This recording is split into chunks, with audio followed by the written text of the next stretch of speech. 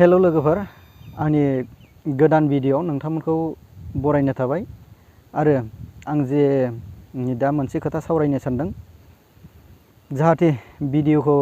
Skip खालामालासिनो भिडिअखौ मोजाङै नायलाङो आं बेखौनो खावलायग्रोनाय थाबाय आरो जायफोरा आंनि चेनेलखौ साबस्क्राइब खालामनानै लायाखै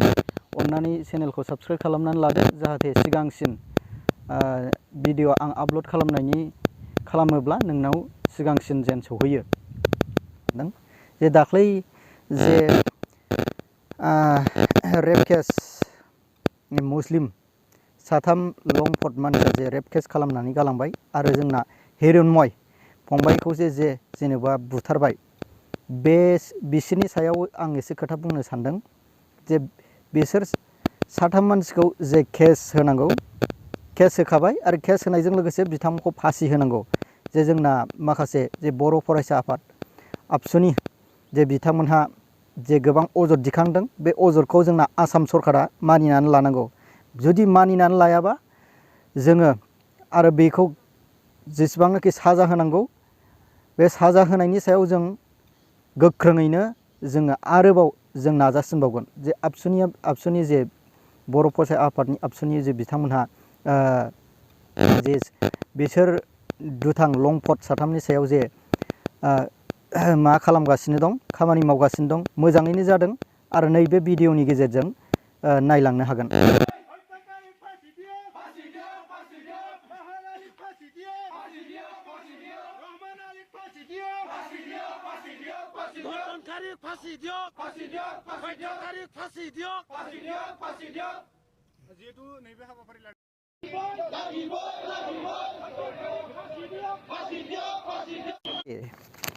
এইটো আমার বড় জাতীয় ইমান হত্যা করলে কিন্তু মানিব নোৱাৰে এইটো আমার একশন লবাই লাগিব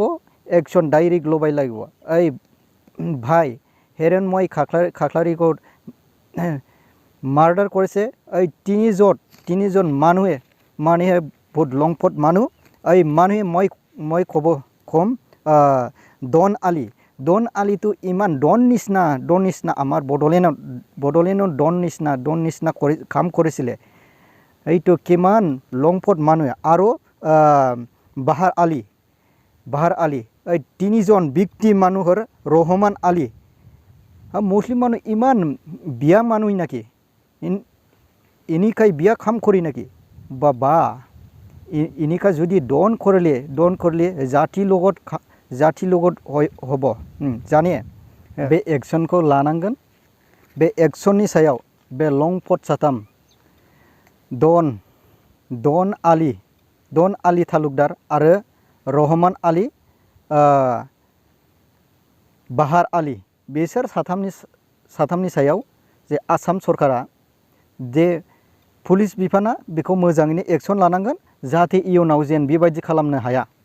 बर' जाथियाव बेबायदि एफाबां अयथासार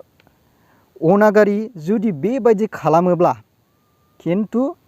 खोथाया बेलेग जागोन डन आली मिन्थिखा आरो रहमान आली तालुकदार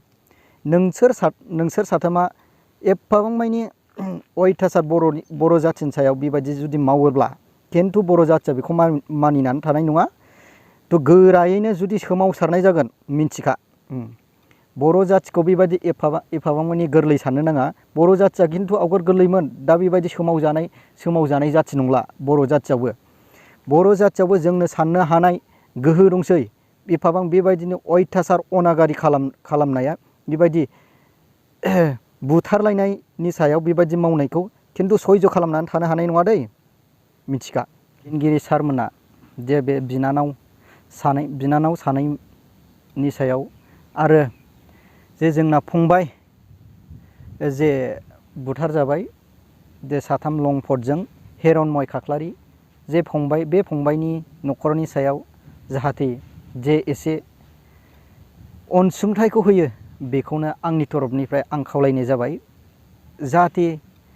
बे फंबायनि न'खराव जाहाथे बे फंबाया देरोबा मोजां फरायलांगौमोन खोमा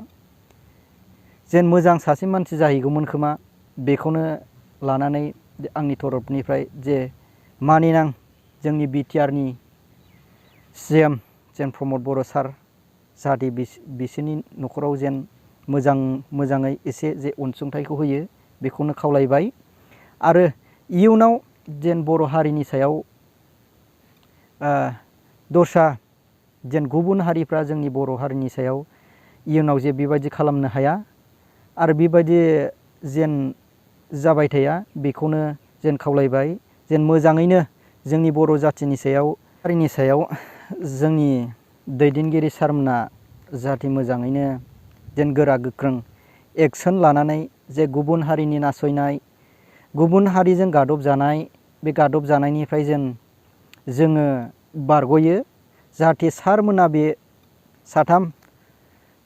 जे लंफट मानसिखौ जेन पलिटिकेलाइज खालामदेरनानै जाहाथे बिसोरखौ जे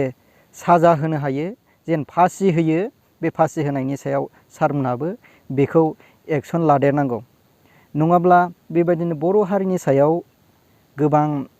जोंनि बर' हारिखौ गुबुन जाथिया बेबायदिनो गोबां नाख्रेबनो सानगासिनो दङ। बेखौ जोंबो मिथिगौ। जाहाथे सारमोना बेखौ मोजाङैनो नोजोर होयो बेखौनो खावलायनाय थाबाय।